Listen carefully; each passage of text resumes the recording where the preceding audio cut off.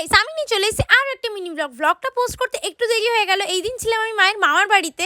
তো একদিন বিকেলবেলা মাসির সাথে বেরিয়ে পড়ি একটু মার্কেটে ঘুরতে। আর ঘুরতে বেরিয়ে ফার্স্টে আমি খেয়ে নিই একটু মোমো, কারণ আমার অনেক দিন ধরেই খেতে ইচ্ছে করছিল।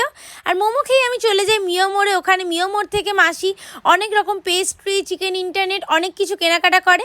আর তারপর চলে আসি আমরা বাড়িতে। আর বাড়ি এসেই আমরা দেখতে বসে যাই ডাঙ্কি, কারণ আমার এই মুভিটা একদমই দেখা হয়েছিল না।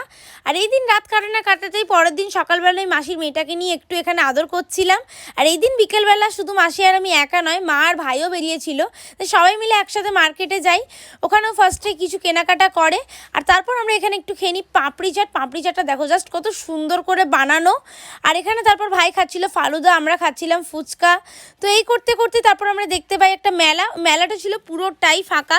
তো ওখানে আমরা টুকটাক ঘুরি, একটু কেনাকাটা করি, কানের দুল কিনি, পাঁপড় এইসব কেনাকাটা করি আমরা। এইভাবে আমরা মেলাটাও একটুখানি ঘুরে নিই। আর তারপর এখানে কেনা হয় আর একটা বাদাম শেক, যেটা মা ভাই সবাই মিলে খাচ্ছিল। আর বাড়িতে এসেই আমি দেখতে বসে যাই ভুলভুলাইয়া 2। এখন তো ভুলভুলাইয়া 3 পর্যন্ত বেরিয়ে গেছে। তো মাসির বাড়ি থেকে ভুলভুলাইয়া 2 দেখে এসেছিলাম, আর হলে গিয়ে ভুলভুলাইয়া 3 দেখেছি। সো এই মিনি ব্লগটা এতটুকুই। ভালো লাগলে লাইক, কমেন্ট, শেয়ার, সাবস্ক্রাইব করতে কেউ ভুলবে না। আবার খুব তাড়াতাড়ি দেখা হচ্ছে তোমাদের সাথে নেক্সট মিনি ব্লগে।